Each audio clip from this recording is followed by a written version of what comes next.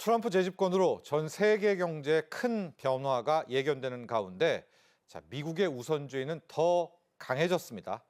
과연 트럼프 2기 행정부 지난 1기 때와는 얼마나 다를지 또 우리가 어느 점에 초점을 맞춰야 될지 더 강력해진 슈퍼 트럼피즘 오늘 이 시간에 한번 정리해 보도록 하겠습니다. 트럼프 2기 행정부에 대한 자세한 분석 민정훈 국립외교원 미주연구부 교수와 함께합니다. 안녕하십니까? 안녕하세요.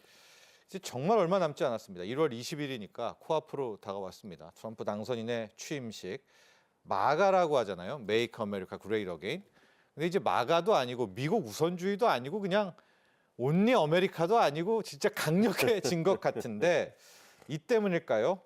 조금 독특한 결과의 여론조사를 먼저 시작을 하도록 하겠습니다. 여러 나라한테 이제 트럼프 2기 행정국에 대한 이제 반응 뭐 이런 것들을 했는데 가장 비관적인 반응을 보인 것이 우리나라였다. 참 시사하는 바가 많습니다. 그렇습니다. 아무래도 그 여론조사 결과를 보면 그 유럽연합의 그 싱크탱크인 유럽 외교협회에서 실시를 했다고 해요. 네.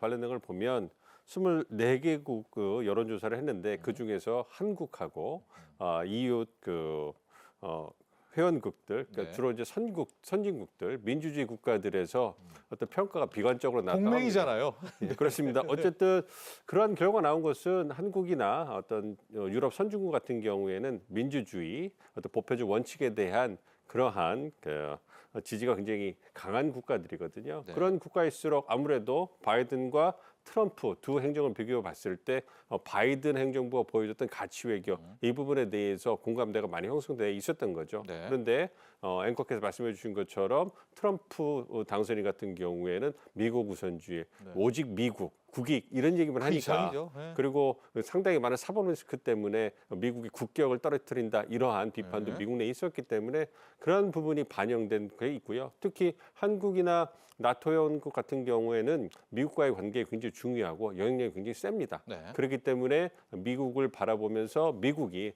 세계의 패권 국가로서 뭔가 지도 국가로서 모범을 보여줘야 된다라는 그러한 어떤 당위성의 측면도 있거든요. 그러한 측면에서 트럼프가 보여주는 행보는 그러한 그 기대하는 많이 부합하지 못하기 때문에 그러한 측면에서 좀 부정적인 평가가 많았던 거고 반면에 네. 그러한 한국이나 선진국들이 아닌 다른 글로벌 사우스라고 한다거나 아니면 개발도상국 이런 국가들에서의 트럼프의 지지는 상대적으로 높았어요. 그걸 본다면 아무래도 트럼프가 보여주는 정치적 행보라든지 상징성이 그 국가에서 보여주는 그러한 정치적 특성과 많이 부합하는 측면이 있지 않을까. 네. 그리고 트럼프가 들어와서 동맹, 미국을 중심으로 한 동맹 시스템을 좀 약화시킨다면 그렇다면 그러한 움직임이 자국에도 이익이 될 수 있다라는 그러한 계산이 반영된 거 아닌가 이렇게 생각하고 있습니다.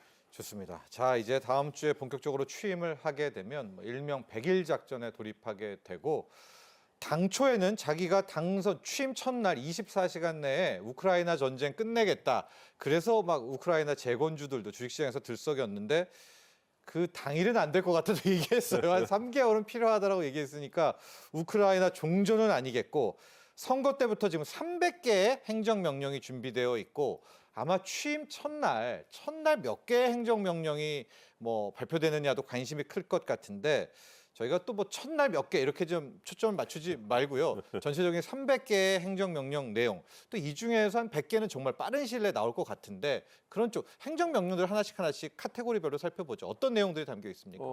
그러니까 이번 그 말씀해 주신 것처럼 트럼프 2기 때는 그 취임 100일 계획에서 그러니까 100 days 플랜 해가지고 미국 행정부들이 거의 모두 네. 취임 초기에 어떠한 성과를 빠르게 보여주느냐 이거를 굉장히 중요하게 생각을 하거든요. 네. 그렇기 때문에 트럼프 2기 행정부도 취임 100일 계획해가지고 그 트럼프 후보가 대선 기간 동안에 강조했던 그런 주요 정책 의제가 네. 있잖아요. 그걸 중심으로 해가지고 행정명령을 발동하지 않을까 생각을 하고 있습니다. 네. 그리고 많이 언론에 회자된 것처럼 가장 먼저 발동할 가능성이 큰 의제는 바로 남북 국경 문제겠죠. 네. 국경을 강화하고 불법 이민자들을 추방하는 추방하고. 그러한 관련된 행정명령을 발동할 것 같고요. 이와 더불어서 이제 그 에너지 부분에서 이제 그 화석 연료를 중심으로 해서 시출을 하는. 그래서 바이든이 막았잖아요, 그거. 예. 그렇죠. 그러한 부분을 다시 이제 폐기를 하고 연방 소유의 바다라든지 어떤 그 토지 예. 관련돼서 이제 그 시출을 허용하는 이러한 부분들에도 행정명령을 발동했고요. 이와 더불어서 우리는 좀 관심이 좀 그 멀어집니다만, 왜냐하면 국내 정치적인 이슈라 그렇지만 아무래도 트럼프가 선거 기간에 강조한 것이 뭐냐면 딥스테이트를 갖다가 처단하겠다. 즉, 그 워싱턴 D.C.를 중심으로 하는 오랫동안 자리를 차지하고 있는 네. 관료들, 정치인들을 갖다가 이제 그 정부 개혁의 네. 어떤 조치로서 몰아내겠다. 오. 뭐 이러한 행정명령, 그래서 뭐 스케줄 F 이런 얘기하면서 그거 되는 거예요, 그거? 일명 어둠의 세력 아닙니까? 그렇습니다. 그 부분에 대해서 찬반 여론이 있고요. 실제로 실존하느냐 이걸 확인할 수는 없습니다만 어쨌든 트럼프를 지지하는 측에서는 상당히 강한 지지를 받고 있고 그 선봉에 일론 머스크와 비벡 라마스와미가 공동 수석을 맡을 정부 효율부가 서 있을 겁니다. 예. 그래서 그 효율부를 중심으로 해서 정말로 행정멸정을 발동해서 뭔가 그 성과가 떨어지는 그러한 공무원들을 색출해서 이제 그 퇴출시키는 그러한 사항을 담은 행정명령을 발동할 수 있거든요. 예. 그렇기 때문에 이것은 발동이 되면 상당한 국내 정치적인 파장이 있지 않을까 생각하고 있습니다. 그렇습니다. 파리 기후 협약도 이제 바이든은 첫날, 그러니까 트럼프가 원래 탈퇴, 바이든 가입 이것도 첫날 거의 하겠죠? 그렇습니다. 그 탈퇴요, 파리 그러니까 기후에. 일기 때 보시면 트럼프 일기 때 첫날 파리 기후협약에서 탈퇴했죠. 탈퇴를 했어요. 근데 그 첫 번이기 때문에 첫 번째 탈퇴 어떤 그 신고를 했을 때 선택했을 때 이게 한 3년 정도 유예 기간이 있었거든요. 예. 그래서 이제 그것이 절차를 거쳐 가지고 이제 그 3년이 유예 기간을 거쳐 가지고 발동을 해야 되는데 네. 이게 4년이 다 지나가 버린 거예요.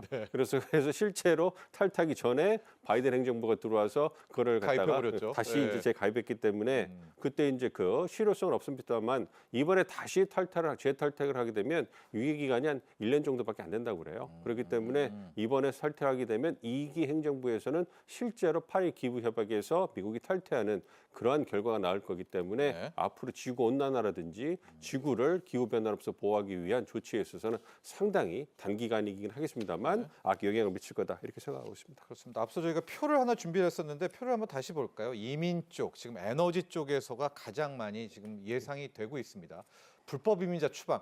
다수의 전문가분들께서는 저 국경 장벽과 이민 쪽 이야기를 첫날 할 것이다 또 얘기했고요. 우리 민 박사께서도 에너지 부분에서 시추 승인하는 거, 또 파리 기후협약 재탈퇴.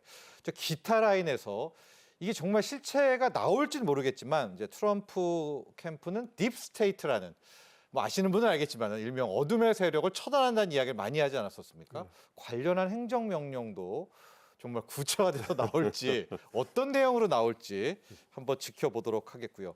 한 30개 정도 나오면 많이 나오나요? 하루에 100개는 안 되죠? 첫날? 그렇습니다. 뭐 그 100개를 준비했다는 게 그 사인을. 취임하고 나서 네. 이제 그 연달아서 시리즈로 한 100개 정도가 준비된다는 거지.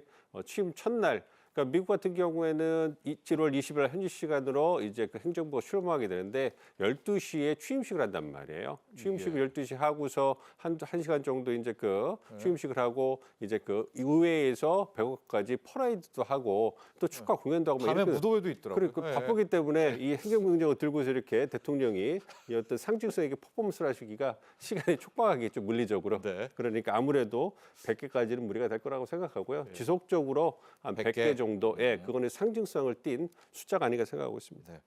특히요 이제 트럼프 2기가 1기 때와는 다른 것이 마치 과거 러시아 제국을 연상케 하는데 팽창주의요. 이게 이제 속내가 또 있겠지만은 뭐 캐나다도 미국 주로 편입해야 된다. 파나나 운하도 다시 우리가 반납받아야 된다.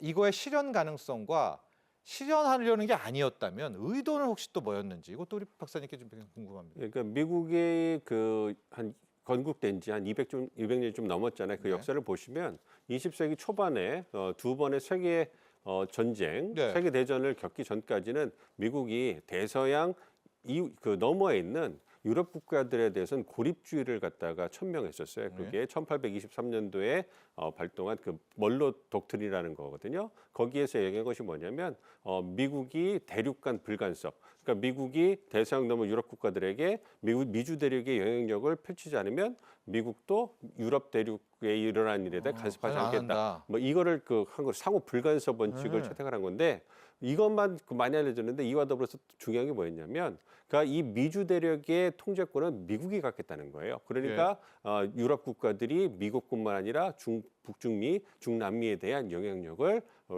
거두어라 예. 이 부분이에요. 그래서 실제로 멀로 독트린에 의해서 미국이 대서양 넘어 유럽 이내는 신경을 안 썼거든요. 그렇지만 미주 대륙 내에서 북미, 중미, 남미에 대한 영향력은 20세기 초반까지 미국이 한다? 굉장히 네. 강화했습니다. 그래서 20세기 초에 미국이 고립주의에서 국제주의 개입주의로 변환하고 어떤 세계의 맹주로 나왔을 때 이미 그때 미주 대륙, 아메리카 대륙의 패권은 미국이 갖고 있었어요. 뭐 그 부분에 대해서 이제 그 취임하기 전부터 강조하는 것이다. 즉 미국의 전략적 이익에서 가장 중요한 것은 아메리카 대륙에 있어서의 영향력을 공고히 유지하는 거고 예. 그걸 바탕으로 해서 중국 견제라든지 러시아의 팽창을 막는다든지 어떤 아시아, 유럽, 중동에 대해서 영향력을 확보하는 거거든요. 그런 걸 본다면 말씀해 주신 캐나다, 네. 그것도 미주 대륙이잖아요. 그렇죠. 그리고 이제 멕시코도 바로 뒷마당이라 할 수 있는 중미가 되는 거고 그린란드도 덴마크 영이긴 예. 하지만 이게 사실은 캐나다 바로 위에 있거든요.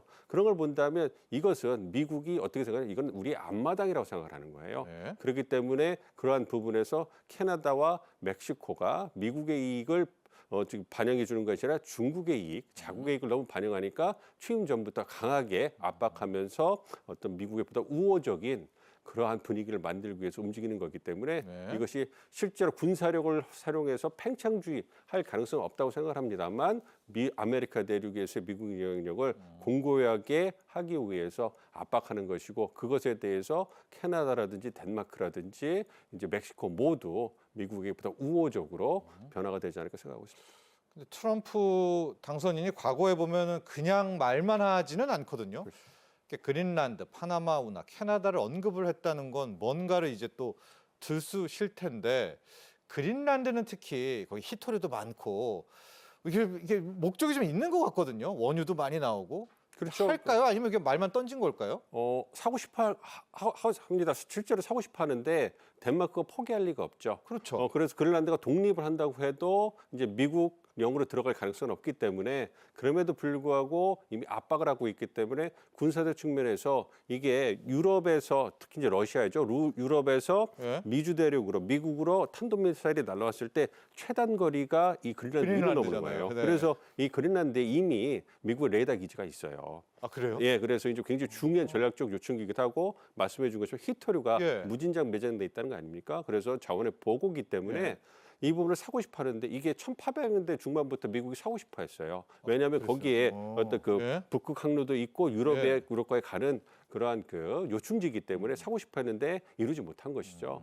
그래서 1기 때도 사고 싶어 했는데 할 수 없었고 2기 때 또 얘기를 했는데 꺼내네요. 예, 사지는 못하더라도 영향력을 확보할 수 있죠. 그러니까 덴마크도 나토 회원국이잖아요. 네. 미국의 영향력이 지대하기 때문에 이미 덴마크에서도 미국과 협력을 통해 가지고 추가적으로 레이더 기지를 설치할 수 있게 배치할 수 있게 해준다든지 아니면 그린란드가 실제로 이제 기후 변화에서 많이 녹고 있으니까 좋습니다. 어떤 그 히토리를 갖다 개발할 때 중국이 아니라 미국과 보다 협력할 수 있을 것이다.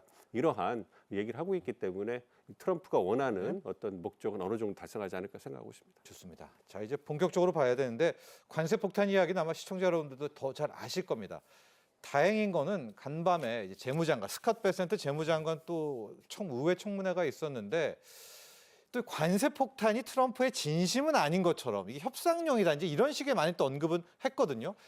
보면 우리가 생각하는 것만큼 두려움에 떨 정도인가 또 이런 자문자답도 해보는데 박사님께서 어떻게 전망하십니까? 관세 폭탄은 현실화될 거고요. 근데 그 관세 폭탄의 수준이 수준. 우리가 걱정하는 최악은 아닐 수 있다. 이러한 부분에서 조금 안심할 수 있는 게 아닌가 생각을 하고 있는 거예요. 예. 그러니까 트럼프가 이번 대선 기간에 계속 강조했던 게 보편적 기준관세 얘기였잖아요. 네. 이 보편적 기준관세가 과연 어떠한 형태로 구체화될 것이냐 이 부분에 대해서 아직까지 이제 설왕설래하고 있는 건데요. 모르는데. 그 보편적 기준관세가 현재 미국이 만약에 최악은 미국이 모든 수입품에 부과하고 있는 관세율을 말한다면 3% 내외거든요. 그거 10%로 올린다면 이것은 굉장히 큰 전 세계 경제 타격을 줄 거고 그렇지만 그 보편적인 기준에서 그렇게 정의가 된다면 이것은 연방 의회에서 입법을 통해서 관세율을 변경해 줘야 되는 거예요. 네. 근데 시간도 많이 걸릴 것이고 반대도 있을 것이고 소송도 있을 것이기 때문에 쉽지 않을 거라고 보고요. 네. 대신에 관세 폭탄이 구체화되는데 정치적 상징성이 큰 뭐 자동차라든지 철강이라든지 이러한 그러한 주요 품목들 네. 그리고 주요 대상국들을 통해 가지고 선별적으로 그 국가에 항해서 보편적인 관세를 높인다 이런 형태로 다가올 가능성은 굉장히 높다고 봅니다. 그렇기 때문에 그렇게 온다면 이거는 연방의회가 법을 통해서 해주지 않아도 행정부의 권한으로 충분히 가능하거든요. 뭐 그러한 형태가 될 가능성이 높기 때문에 그러한 초기 관세 폭탄에서 우리가 빠져나가야 될 그런 방안을 강구하는 것이 실제적인 대안이 아닌가 그러한 목소리가 점점 커지고 있습니다. 그렇습니다. 저희가 표로 트럼프가 관세 폭탄을 쓸 수 있는 이제 뭐 4가지 근거, 법, 수단 이제 이런 것들을 하나 정리를 했거든요. 이런 것들도 한번 좀 설명 좀 부탁드립니다. 우리가 알고 있는 게 이제 슈퍼 301조 정도를 생각하고 있는데 이거 외에도 지금 무역 확장법, 무역법 여러 가지들이 종합적으로 저희가 표를 준비해 놓은 게 있거든요. 이걸 한번 보도록 할까요? 거기 보면 목적, 대상, 조건도 좀 나누고 있는데 저런 것들을 근거해서 그냥 할 수는 있는 거겠네요, 지금. 그렇습니다. 그러니까 화면에 나온 것처럼 국제 긴급 경제 권한법 같은 경우에는 1970년대 네. 닉슨 행정부에서 만들었던 거예요. 왜냐하면 그때 당시에 미국이 무역 환경이 너무 안 좋았기 때문에 어떤 특단의 조치를 취하지 않으면 미국의 경제가 몰락할 수 있다는 위기감이 팽배했던 시기라고 다들 알고 있습니다. 네. 그렇기 때문에 그러한 부분을 벗어나기 위해서 어떤 관세율을 단기적으로 높이는 거예요. 저거는 단기적으로 높여서 어떤 미국의 어떤 경제 통상에 숨통을 틔워주는 법안이기 때문에 발동이 됐던 거고 트럼프의 관세 폭탄의 주요 보편적 기준관세의 수단으로 고려되는 것이 지금 보여지는 긴급경제. 국제 네. 권한법입니다만 말씀드린 것처럼 이거는 지속성은 없고 단기적입니다. 그렇지만 거의 모든 그 법이 적용될 수 있기 때문에 좀 우려가 되는 부분이고요. 여타의 무역 확장 232조라든지 301조. 300 이런 건 다 특정한 국가, 특정한 물품, 특정한 기관을 통해서 할 수 있는 거고 이것은 다양한 목적에 부합한다면 행정부가 이제 그 선별적으로 이제 부과할 수 있는 거거든요. 이것은 우리도 역사를 돌아보면 미국에게 많이 이제 공격을 당했던 했습니다. 그 빌미가 되는 거기 했습니다. 때문에 예. 저것이 만약 저러한 수단을 다양하게 사용한다면 이게 보편적인 기준과세 모든 품목에 일률적인 관세율을 적용하지 않더라도 상당한 어떤 충격을 줄 수 있고 관세를 무기로 해서 여타 부분에서 협상의 수단이 될 수 있지 않을까 생각합니다. 주고받아야 되니까 우리도 협상으로 이제 가야죠. 저게 관세가 협상이라면은 우리 일기 때처럼 그렇죠. 우리도 뭐 원유 사줄 건 사주고 그러면서 우리가 얻을 것 얻고 우리도 너무 비관적으로만 생각할 필요는 없을 것 같아요. 그렇습니다. 뭐 대미 관계는 우리에게 굉장히 중요하고요. 네. 그리고 우리도 상당한 노하우가 있고요. 네. 그다음에 협상을 굉장히 잘하는 국가입니다. 그렇기 때문에 주고받기에 굉장히 능통하고 그리고 이제 우리 정부에서 그러면 미국과 어떤 것을 전략적으로 주고받았을 때 우리의 이익도 담보하면서 미국의 어떤 그 요구를 어느 정도 국내 정치적으로 뭔가 홍보할 수 있게 해줄 수 있을 것이냐 이 부분에 대해서 우리 준비가 돼 있기 때문에 그렇게 비관적으로 생각하지 않으셔도 될 거고요. 그래서 이번 트럼프 2기가 들어온다면 실리를 추구하니까 네. 주고받기 윈윈을 통해 가지고 우리의 전략적 경제적 이익도 좋습니다. 끌어볼 수 있다 생각하고 있습니다. 예. 트럼프 1기 때와는 다르게 지금 2기 때만의 독특한 이야기 중에 하나가 제2 플라자 합의 이야기가 많이 나옵니다. 아예 뭐 일명 마러라고 합의도 나오게 되고 처음에는 뭐 일종의 음모론 이렇게 소수설인 것 같은데 전미 경제학회를 보면 세계 석학들도 트럼프가 일부러 약달러를 위해서 제2 플라자 합의를 할 거다. 뭐 위안화를 타깃으로 해서 이 얘기도 좀 해주세요. 내용도 좀 설명해 주시고 이게 실현 가능성 이게 지금 또 구체화된 예언들이 굉장히 많이 하고 있거든요. 박사님께서는 어떻게 보십니까? 가능성을? 그러니까 우리가 지금 관세 얘기를 많이 하잖아요. 네. 트럼프 이행정부에. 그러니까 관세를 사용한다는 것은 목적이 뭐냐, 목표가 뭐냐. 그러니까 미국의 무역수 적자를 줄이는 거에 있는 거예요. 그렇죠. 그러니까 무역수 적자를 줄이기 위해서 관세를 이용해서 수입품에 대해서 보다 높은 비싸게. 하고 그다음에 미국산 제품을 싸게 한다면 아무래도 무역수 적자가 줄어들 것이고요. 그리고 관세를 수단으로 해서 이제 그 압박을 하다 압박하고. 보면 이제 그 한국의 경우처럼 에너지를 더 사주던가 뭔가 좀 그 농산물도 적자를 줄일 수 사주고. 있는 네. 예.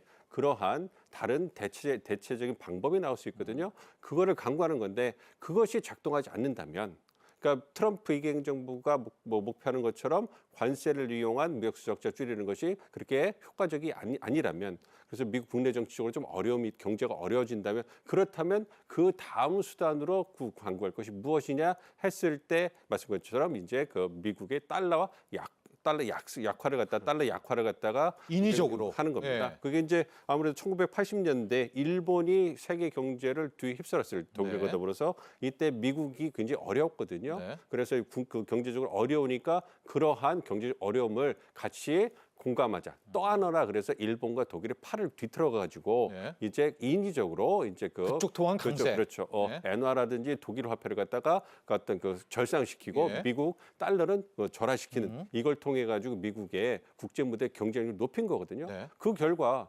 일본은 굉장히 그 버블에 빠지죠. 이제 너무 좋았죠, 한때는. 잃어버린 30년이 시작된 네. 계기가 그거든요. 네. 그러니까 굉장히 아이러니한 거예요. 또 미국의 가장 중요한 아시아 동맹인 일본이 경제적으로 위협이 되니까 미국이 그냥 팔을 꺾어버린 거거든요. 네. 뭐 그러한 부분이 있기 때문에 말하라고 합의로 해서 만약에 관세를 이용한 무역수 적자 노력이 작동하지 않으면 그렇다면 이거 한다. 예, 그래서 프라자 합의처럼 말하라고, 그러니까 트럼프의 그 말하라고 그 플로리다 저택이 있는 곳이 말하라고잖아요. 네. 그래서 거기에서 이제 그 주요 어떤 그 통상 국가들의 대표를 모아서 네. 불러서 플라자 합의처럼 이제 서명을 하게 만들 것이다, 이런 얘기를 하고 있는데 중국이 일단 타깃이 되는데 받아들일까요? 그러니까 위안화를 절상하고 달러 약달러 가고 중국에 어떻게 보세요? 중국이 이 제안하면 중국은 받아들이기 어렵죠. 일기 때 그렇죠. 보시면 일기 때 이제 그 관세 전쟁이 미국과 중국이 벌어졌잖아요. 네. 그래서 이제 그 관세율을 높여가면서 중국에 굉장히 압박을 했는데 네. 그때 중국이 버텼던 가장 여러 가지 수단 중에서 보복 관세도 있습니다만 첫 번째로 강구했던 것이 위안화를 절하시키는 거였어요. 그걸 절하시켜서 8에 10% 절하시키니까 그 관세를 갖다 25% 무력했죠. 상쇄하는 네. 네, 그러한 그 효과가 있고 워낙 등치가 크니까 그러한 관세 공격에서 버틸 수 있었거든요. 네. 그런 걸 고려해 본다면 일기 때도 어떤 위안화 절하를 통해 가지고 중국이 버텼는데 그 카드를 2기 때 버려서 그리고 더 나아간 형태로 말하라고 합의한 해준다? 이거는 생각하기 어려운 거고요. 이와 더불어서 중국이 국내 정치적으로 그 경제적으로 굉장히 어려운 상황이 있지 않습니까? 어떤 부동산 버블이라든지 경기 침체, 그다음에 어떤 그러니까 외국으로부터 미국의 견제 때문에 자본이 투자가 안 되고 있잖아요. 네. 그런 그 총체적인 국내 경제적 어려움에 처해 있는데 이러한 상황에서 미국의 요구를 들어줘 가지고 그 말하라고 합의를 한다. 이것은 중국 경제를 또 다른 어려움에 빠뜨릴 수 있다라고 중국 당국이 전문가들이 인지하고 있기 때문에 그 무엇보다 가능성은 낮아 보인다. 일본이 어떻게 그 플라자 네. 합의 이후에 되는가를 알고 있기 때문에 가능성은 낮아 보입니다. 좋습니다. 자, 우리 민종원 박사께서는 지금 세간에 나오고 있는 트럼프의 인위적인 약달러 정책, 중국이 받아들이기는 좀 힘들 것이다, 이런 이야기도 했고요. 트럼프 1기와 좀 달라진 2기의 핵심 중에 하나가 우리와도 좀 밀접한 관계가 있는 이제 2차 전지와 어떤 자동차 분야가 좀 더 강해졌고, 그 전에 1기 때와 좀 유사했던 것은 화석 연료 지원입니다. 1기 때도 트럼프는 석유 사랑이 대단했고요. 이 두 가지 분야를 계속해서 보도록 하겠죠. 첫 번째가 이제 화석 연료의 지원, 다시 석유 또 셰일 가스의 시계로 돌아간다. 이거의 좀 가능성? 왜냐하면 우리가 지금까지 친환경으로 왔잖아요. 이거를 트럼프가 다시 되돌릴 수 있을지도 하나 설명해 주시고, 이제 두 번째는 IRA 폐지, 인플레이션 방지법, 우리나라의 2차 전지라든가 전기차 시장, 두 가지를 연달아서 보도록 하죠. 먼저 화석 연료부터 갈게요. 석유의 시대로 갈 수 있습니까? 트럼프가 홀로? 단기적으로는 그 흐름을 지연시키는 거죠. 그러니까 네. 전 세계 추세를 본다면 유럽은 여전히 그 친환경으로 친환경. 가고 있지 네. 않습니까? 그리고 강화하고 추세이기 때문에 엇박자가 나고 있는 상황인데요. 네. 어쨌든 미국이 힘이 센 국가이기 때문에 어떤 그 화석 연료를 최대한으로 활용해서 에너지 강국으로서 에너지 안보를 어떤 그 세계를 지배하기 위한 수단으로 쓰겠다 이런 얘기를 하고 있기 때문에 네. 그 트럼프 2기 행정부 동안에 화석 연료 중심의 에너지 정책을 펼 것은 분명해 보입니다. 뭐 그와 더불어서 이제 친환경 에너지도 필요한다면 할 건데요. 아무래도 원자력이라든지 여타 부분에 대해서 친환경 에너지도 고려를 하겠지만 말씀해 주신 것처럼 화석 연료 중심의 에너지 정책을 쓸 거기 때문에 2기 행정부에서는 1기보다 보다 더 적극적으로 예. 어떤 그 화석 연료를 활용하는 방안을 강구하지 않을까 생각을 하고 있고요. 그걸 위해서 뭐 내무부 장관이라든지 어떤 에너지부 에너지 장관 장관. 다들 네. 뭐 어떤 화석 연료를 사용하는 회사, 것을 예. 그 CEO라든지 또 그 지지하는 분들이기 때문에 트럼프 2기 행정부 전체가 다 예스맨들이 포진돼 있기 때문에 네. 트럼프가 대선 기간 동안에 주장해왔던 에너지 화석연료 중심의 에너지를 회귀. 그 회귀해서 먼저 그 드릴해서 미국 내에서 활발하게 시추를 통해 가지고 석유라든지 천연가스를 미국 내 값싼 값으로 공급해서 어떤 에너지에서 경쟁력, 가격 경쟁력을 확보하고 남으면 이걸 수출하면서 이걸 전략적으로 쓰겠다. 이거를 활성화할 거라고 생각을 하고 있습니다. 네, 가능성도 높다. 네. 인플레이션 방지법 페이지도 한번 보도록 하죠. 이제 연관된 거기 때문에 우리의 2차 전지가 이것 때문에 지금 타격을 이미 받았고 주가도 지금 너무나 힘들고요. 자동차도 좀 많이 의구심이 있어요. 전기차뿐만이 아니라 GM 포드 때문에 우리 현대기아차 혹시 태클 받는 거 아닌가? 자동차와 전기차 2차 전지까지 볼까요? 그렇습니다. 자동차 분야는 굉장히 좀 어렵죠. 왜냐하면 그 자동차 분야의 주력을 우리는 이제 전기차 쪽으로 보고 IRA 보조금을 이제 그 토대로 해가지고 미국 내에다가 현대기아차 대규모 투자를 해놨거든요. 네. 그리고 연관 자동차 부품이라든지 배터리 어떤 그 회사들도 미국 내에다가 대규모 투자를 해놨는데 이것이 자동차, 전기 자동차 부분에 있어서 어떤 보조금을 지급하는 부분에 대해서 트럼프 행정부가 굉장히 부정적으로 보고 있기 때문에 네. 그렇지만 그 폐기는 어려울 거라 보고 있습니다. 아무래도 그 전기차를 중심으로 하는 첨단 자동차 제조 시설이 들어서는 그 주들이 네. 공화당 주들이 많기 때문에 그러한 부분에서 트럼프에게 압박을 가해서 그걸 폐지하기는 어려울 거라고 어떤 생각을 하고 있습니다만 그럼에도 불구하고 일론 머스크 어떤 그 테슬라 CEO가 얘기하는 것처럼 미국 기업 중심으로 보조금을 지급한다면 이렇다면 우리에게는 어느 정도 어떤 그 타격이 그 불가피할 거라고 생각하고 있고요. 미국 기업들을 중심으로 보조금 지급을 재편하면서 이제 그 여론을 몰아간다면 미국 내 여론도 그리 부정적이진 않을 가능성이 있기 때문에 우려가 되는 부분이 있죠. 그래서 우리 기업들보다 활발한 어떤 그 여론조를 통해 가지고 이제 우리의 그 기업들도 혜택을 받을 수 있도록 끌어가야 될 것 같고요. 전기차 배터리 같은 경우에는 전기차 사업이 우리가 생각했던 것보다 그렇게 쭉쭉 확장을 못했잖아요. 캐즘이라고 하죠. 그렇습니다. 네. 그 부분에서 좀 지연이 되고 있는데 중장기적으로는 궁극적으로 전기차 시장으로 가야 될 거기 때문에 그 부분에서 이제 우리 전기차 어떤 그 사업 부분에서도 어떤 희망을 가지고 좀 버티고 있는 상황인데요. 최대한 노력을 해서 어떤 배터리 어떤 보조금이라든지 배터리 사업에 있어서 사실은 미국 정부 입장에서 보면 이 배터리 사업에 있어서 중국과 경쟁할 수 있는 그 미국 기업들은 없어요. 네. 그래서 조선처럼. 유일한 대안이 한국이거든요. 예, 그러한 부분을 강조를 해서 네. 한국 기업이 무너진다면 그렇다면 배터리 시장은 중국이 가져올 거다. 그렇기 때문에 한국 기업에 대한 지원을 미국이 해주는 것이 미국의 전략적이게 부합하는 것이다. 이렇게 설득과 압박을 통해 가지고 네. 좀 그 활로를 모색해야 될 것 같습니다. 자, 마무리해야 될 것 같습니다. 이제 시작입니다. 트럼프 2.0 시대 시작. 우리 정부와 기업들 어떻게 힘을 합쳐야 될까요? 그 모두의 저희가 말씀을 나눈 것처럼 트럼프 2기 행정부의 출범이 위기가 될 수 있지만 도전도 될 수 있지만 기회도 될 수가 있습니다. 예. 그러한 측면에서 우리가 가진 강점 말씀해 주신 것처럼 어떤 그 조선업에서 MRO 부분, 유지 보수, 운영에 있어서 우리가 가진 강점을 어필하면서 미국과 윈윈할 수 있는 것, 방산이라든지 네. 원자력이라든지 우리가 갖고 있는 제조 역량을 바탕으로 해서 미국과 뭐 서로 상호 이익을 증대할 수 있는 방향으로 우리가 이제 그 논의를 이끌어 나간다면 우리에게도 충분히 어떤 기회가 있다 이렇게 생각하고 있습니다. 자, 알겠습니다. 지금까지 민정훈 국립외교원 미주연구부 교수와 함께했습니다. 감사합니다.